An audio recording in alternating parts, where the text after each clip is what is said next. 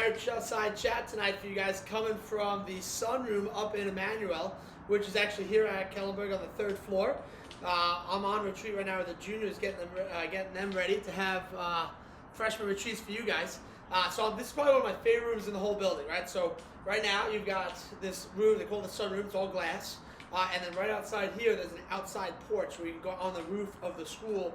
And later tonight with the juniors, we're actually going to have a little bonfire out there on the roof of the school. And you're probably sitting there going like, Mr. Brand, how is this a fireside chat? Well, I can't go outside and do the fire. So there we go, my little phone. I got a nice little fire. It's got noise crackling. Let's see if you can hear it. All right, it's nice, right? So here we go, a little fireside chat, special edition. All right, making it feel special for me. I can't have the candle up here, my Yankee candle, because, you know, the smoke alarms in the school. I don't want you guys having to go outside. So today we are going to do the prophet Daniel.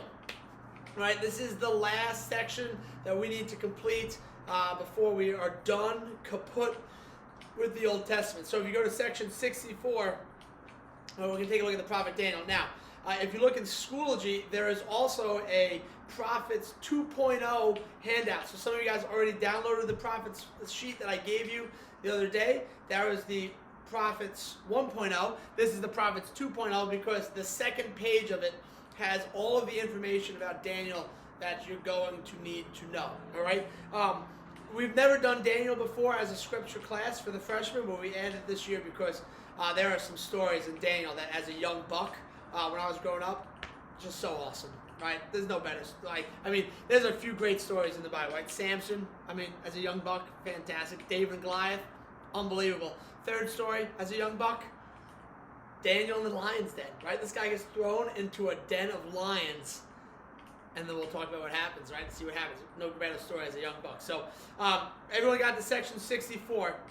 Hopefully in your book. So let's put some setting into this, right? What's going on here with the prophet Daniel? Daniel is going to preach, right? When we're talking about, is he preaching to the north or the south? He's actually preaching to neither, right? Because Daniel is the prophet who is going to preach to the people while they are in exile in Babylonia, right? So if you guys remember, when we were doing the split of the kingdoms, I told you that the northern kingdom of Israel is going to last until 722 BC before they are destroyed by the Assyrians. They come in, they wipe them out, they exile them, send them all up to someplace else, right? So Israel is gone in 722. By 586 BC, right, we are going to see the destruction of Jerusalem and the Babylonian exile. All right? And Daniel is actually part of the exile there in the 580s, 590s BC. There's going to be 3 waves of exiles from Jerusalem. He's part of that first wave where he's sent into Babylonia in exile.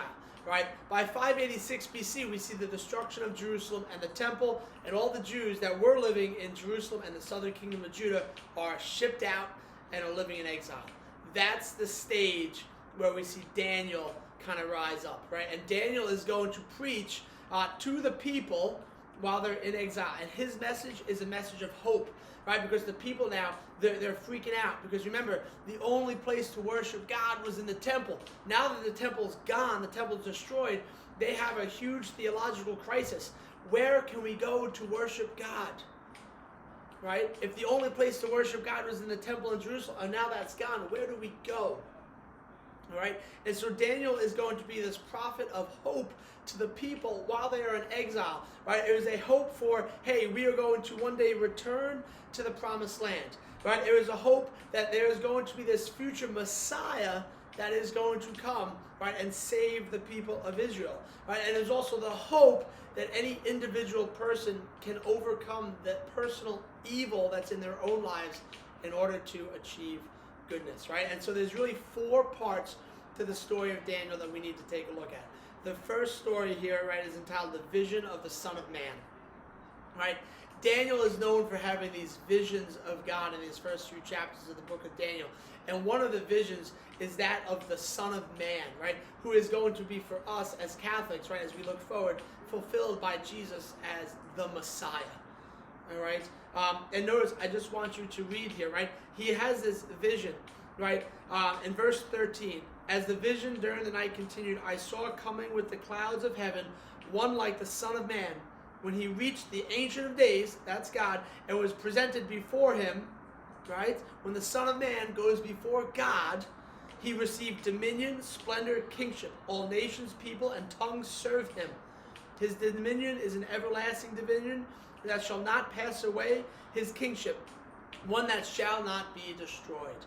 Right? And so there is this prophecy of the Son of Man who is to come, who will present himself before the Father, before God, the Ancient of Days, and his kingdom will be firm forever. And as Catholics, hey, that's Jesus. That's Jesus, all out. All right? So that's the first thing. The second thing, right, we see this story of the fiery furnace. This story is unbelievable, right? So the king at the time of the Babylonian exile, his name is Nebuchadnezzar. Oh my goodness, try to spell that. What is this? Nebuchadnezzar. Nebuchadnezzar. Right? I'm going to make that a spelling test question, right? Next quiz. One question. Spell Nebuchadnezzar. That would be miserable. Anyways, right, so Nebuchadnezzar is the king, and he creates this massive golden statue, right? And he decrees that every single person inside of Babylonia must bow down and worship the statue. By the way, here a little side here. If you've ever watched VeggieTales growing up, there's an awesome VeggieTales episode about this, right, where they have to worship this giant golden bunny. It's fantastic, right? Google that, right? VeggieTales, golden bunny. Anyways, and so what happens? There are these three guys, right? Verse 12. There are certain Jews, right? Shadrach, Meshach, and Abednego, right? Those are the three guys, and they refuse to bow down, right? So picture the scene. They are going to gather all the people, right, in Babylon in front of the statue, and the officials say, all right, bow down and worship the statue, or we are going to kill you, right? We're going to throw you into this fiery furnace, this big pit of fire, right? And all the Jews bow down, except for Shadrach, Meshach, and Abednego, all right? And now they are brought before the king, and the king says to them, you will bow down, or I am going to throw you into this fiery furnace. And they refuse, right? Right, in verse 16, they say, there is no need for us to defend ourselves before you in this matter. If our God, whom we serve, can save us from this white-hot furnace and from your hands, O king, may he save us. But even if he will not, you should know, O king, that we will not serve your God or worship the golden statue which you set up. What an unbelievable line, right? These three guys literally say to King Nebuchadnezzar, our God can save us. He has the power to save us from this fiery furnace. But even if he doesn't save us, that doesn't mean that we're going to not believe in him. Now that's faith, right? How many times in our life do we say, God, if you give me this, then I will believe in you. But if you don't give me this, then we're out. These guys say, God, you can save us if you want, but you don't have to, because we're still going to believe in you. What faith? Right? Nebuchadnezzar is so mad, verse 19, he's so mad at Shadrach, Meshach, and Abednego that he's going to order that the fiery furnace be heated 7 times, right? And they are going to be thrown into the fiery furnace. Now this is fantastic. What a detail. Look, verse 21 and 22. Look at the detail. It says that the fire was kindled in the furnace that was so hot that the men who threw Shadrach, Meshach, and Abednego into the fire, they were killed also, because the fiery furnace was so hot that they got so close to it that when they threw them into the fiery furnace, they died. All right?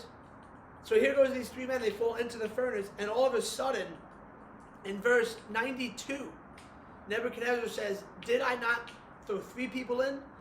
There is a 4th person sitting inside the furnace with them. Right? They look into the furnace, and there's not 3 guys, there's 4. God has sent an angel with the Son of Man to come in and to rescue Shadrach, Meshach, and Abednego. Right? And they come walking out of the fire completely unharmed. Right? And what happens?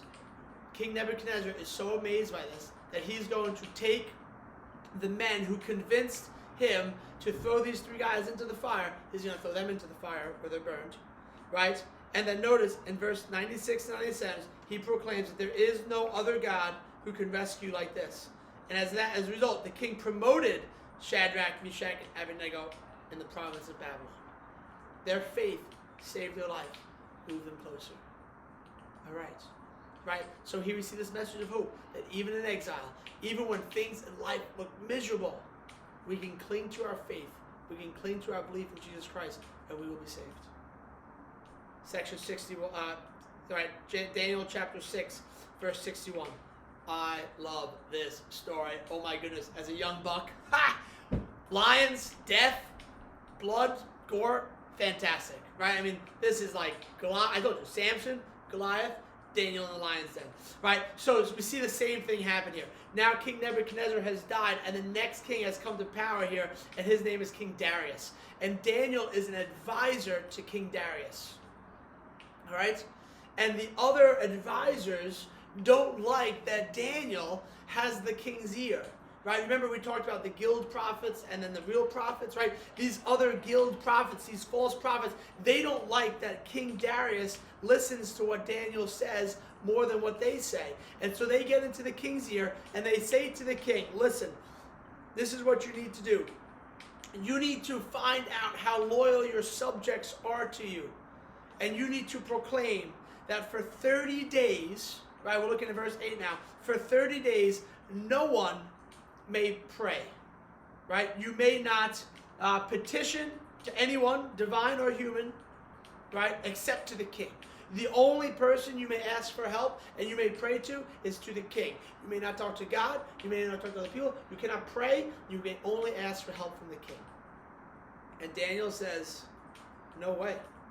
There's no way I can do that. Right? I must pray. I'm not going to be able to make it without prayer.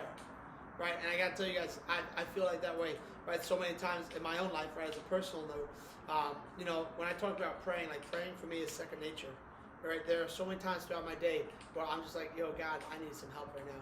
I'm having a tough time. I'm struggling, right? Where like that conversation is just second nature, natural, right?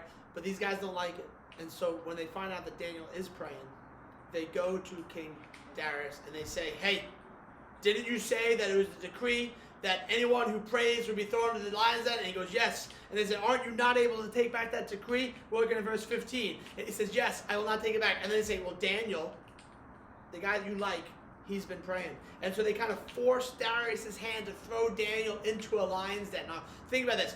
This would have been like a cave, a room, where they had these starving lions, right? They purposely would not feed the lions any food so that the lions would rip somebody to shreds as soon as they enter. And they take Daniel and they throw him in verse 7. The king ordered Daniel to be brought and cast into the lion's den. Right? And he says to Daniel, right, your God, whom you serve so constantly, must save you. Once again, here is that hope. God, I know you can save me. But even if you don't, I'm still going to believe in you. God, I know you can help me, but even if you don't, I'm still going to be faithful to you. Right? Daniel goes in. Right? The next morning, they open up the doors to the lion's den, and Daniel is still alive. Right? God has come in, and he has saved Daniel, and he's kept these lions at bay. What an unbelievable story. And then what happens?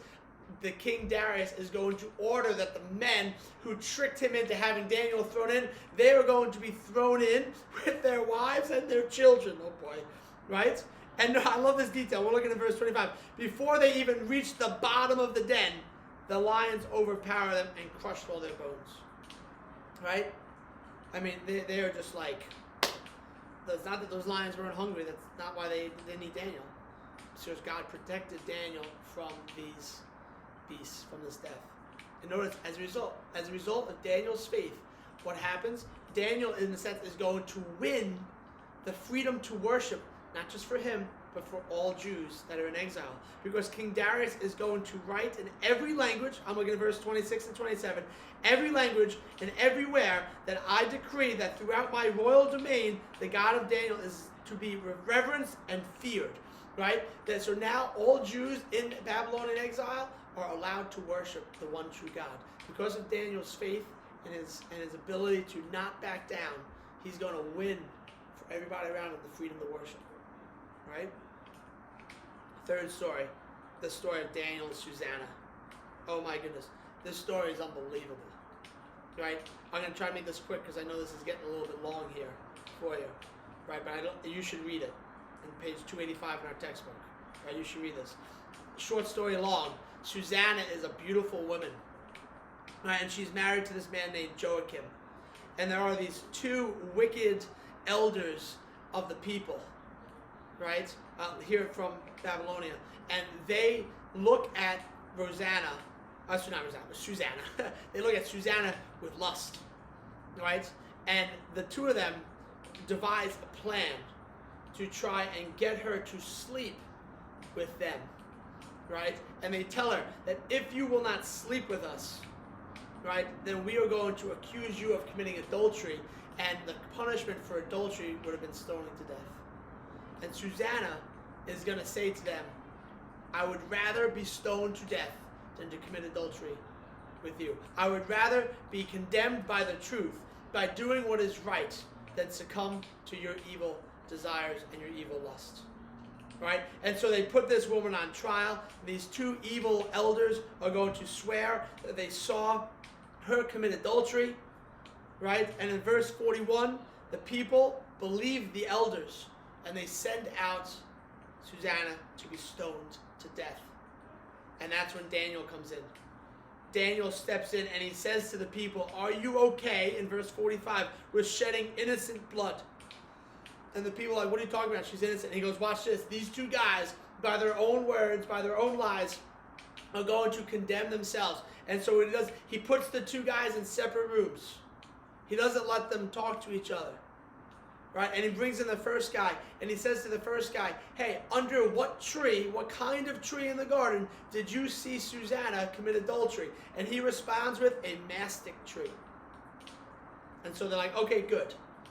And then they bring in the next guy, and Daniel says to him, by your own lies, you will condemn yourself. And he says, under what tree did you see Susanna commit this act of adultery? And he responds with an oak tree.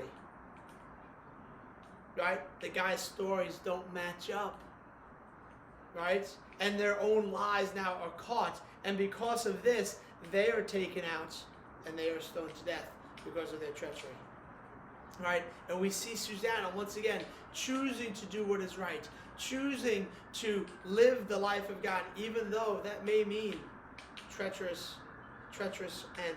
Right? What did I say to you so far? God, I believe that you can save me.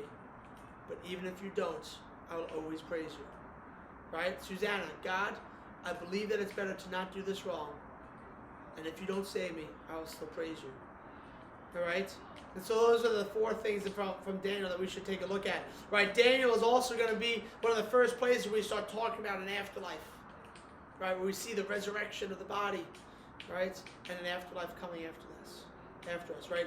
And so when Daniel's over, by the end of Daniel's life, the Babylonian exile is going to be over, and the people will head back to Jerusalem, right, under Greek power, right? And then what happens? Greek influence gives way to Roman control, right? You guys will study Roman history. The Romans conquer the known worlds, right? And the Romans come in and they conquer Jerusalem. And then what do you know? That's when we set the stage for Jesus to be born. All right, and so with this, we are now ready, when we come back from February break, to bring Jesus with the New Testament, right? The Jews have moved back to the Promised Land.